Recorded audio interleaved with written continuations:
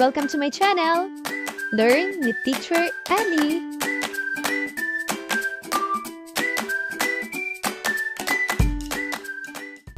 GMRC, Grade 5, Ikatlong Markahan, Ika-6 na Linggo, Unang Araw. Suriin ang bawat larawan at ang kahulugan nito. Piliin sa loob ng kahon ang katawagan dito at saang relihiyon ito kabilang.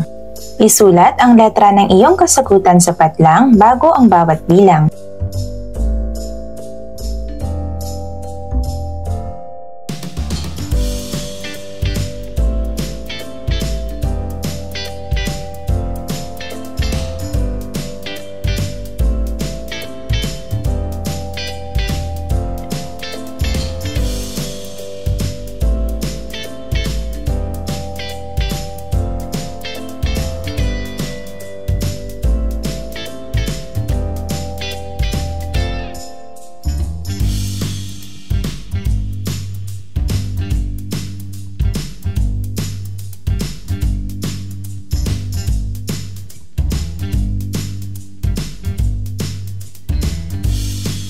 Iguhit sa loob ng bawat bote ang mga gawain na sa iyong palagay ay nagpapakita ng kabutihan. Maglagay din ng maikling pagsasalarawan sa mga iginuhit.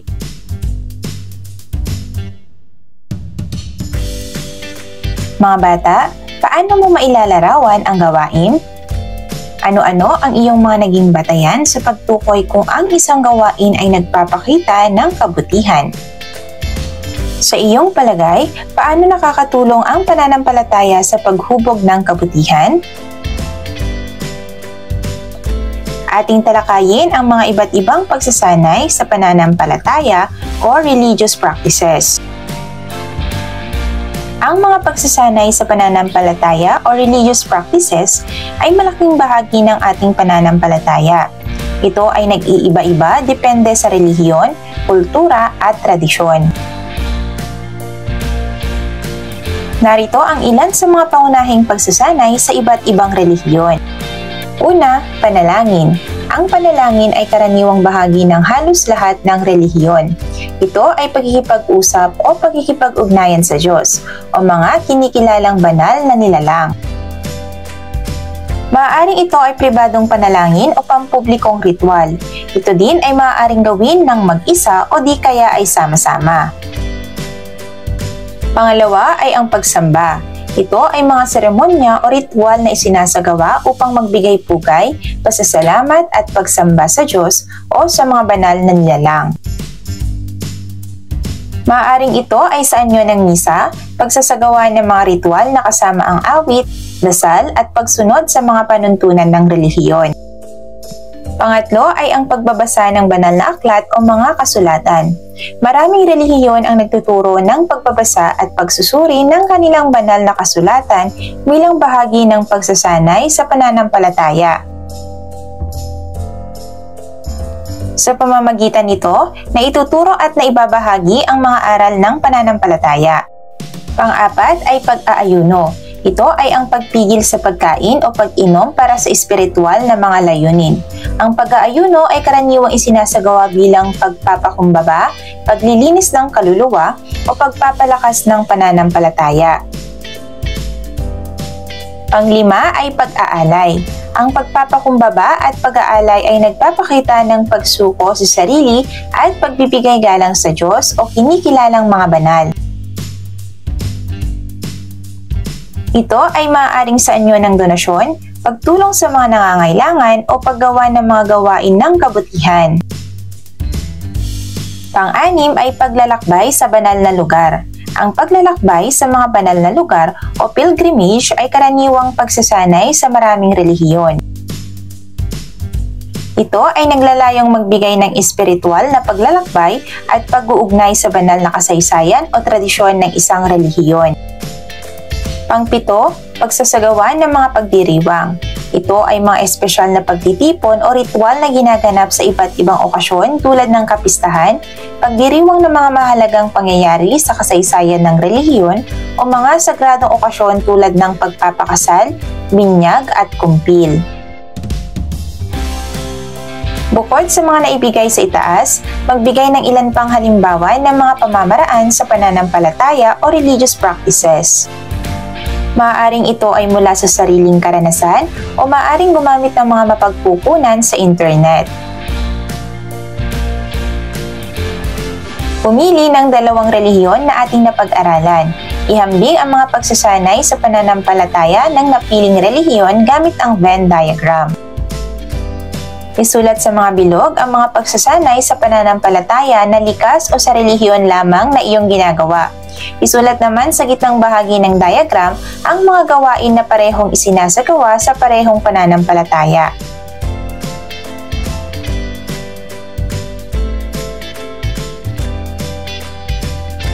Ikalawang araw. Punan ang hagdan ng pagsasanay ng pananampalataya. Isulat sa bawat baitang ng hagdan ang mga religious practices sa kinabibilangang relihiyon na iyong isinasagawa upang mapatatag ang iyong pananampalataya. Maaaring magdagdag ng mga baitang.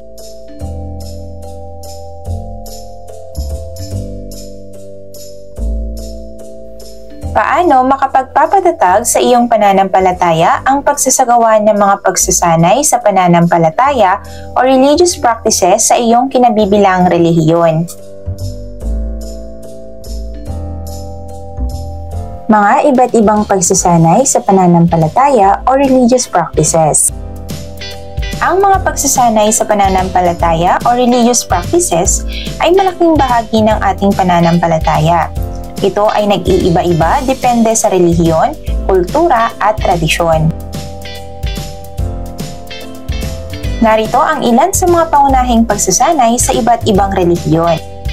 Una, panalangin. Ang panalangin ay karaniwang bahagi ng halos lahat ng relihiyon. Ito ay pagkikipag-usap o pagkikipag-ugnayan sa Diyos o mga kinikilalang banal na nilalang. Maaaring ito ay pribadong panalangin o pampublikong ritual. Ito din ay maaaring gawin ng mag-isa o di kaya ay sama-sama. Pangalawa ay ang pagsamba. Ito ay mga seremonya o ritual na isinasagawa upang magbigay pugay, pasasalamat at pagsamba sa Diyos o sa mga banal na nilalang. Maaaring ito ay sa anyo ng misa, pagsasagawa ng mga ritual na kasama ang awit, dasal at pagsunod sa mga panuntunan ng relihiyon. Pangatlo ay ang pagbabasa ng banal na aklat o mga kasulatan. Maraming relihiyon ang nagtuturo ng pagbabasa at pagsusuri ng kanilang banal na kasulatan bilang bahagi ng pagsasanay sa pananampalataya. Sa pamamagitan nito, naituturo at naibabahagi ang mga aral ng pananampalataya. Pang-apat ay pag-aayuno. Ito ay ang pagpigil sa pagkain o pag-inom para sa espiritual na mga layunin. Ang pag-aayuno ay karaniwang isinasagawa bilang pagpapakumbaba, paglilinis ng kaluluwa o pagpapalakas ng pananampalataya. Panglima ay pag-aalay.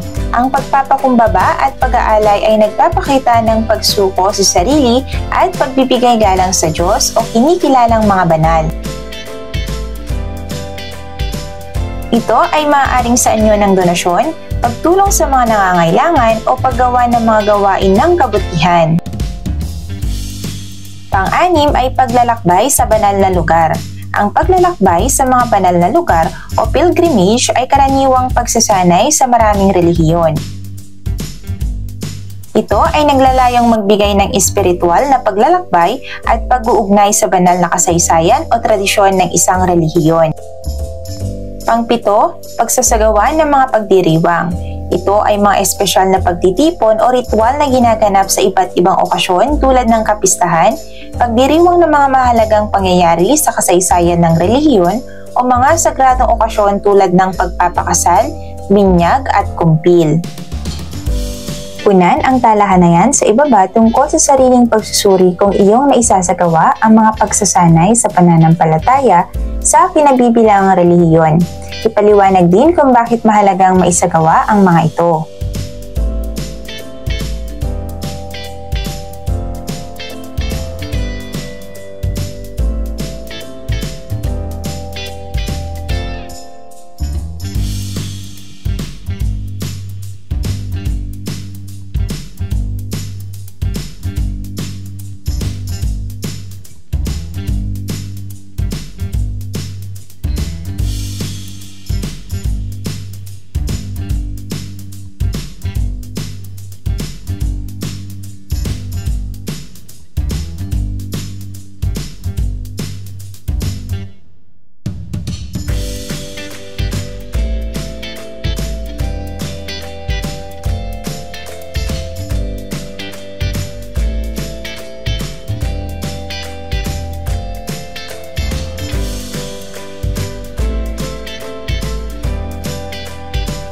Ikatlong araw.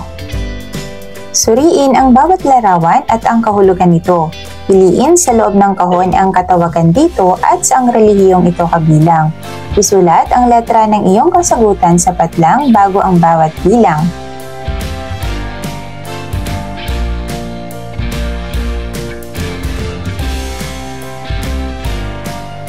Isulat ang tama kung ang pahayag ay wasto, mali kung hindi.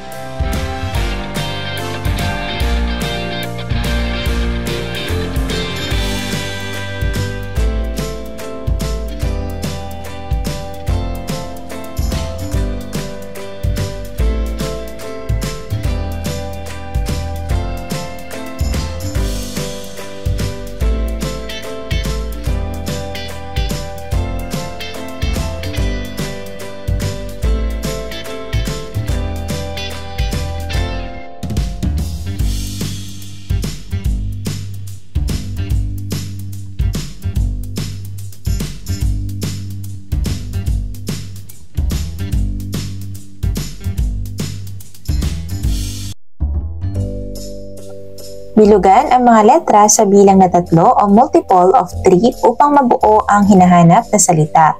Maaaring gawing gabay ang kahulugan ng mga salita sa bawat bilang upang matukoy ang hinahanap na salita.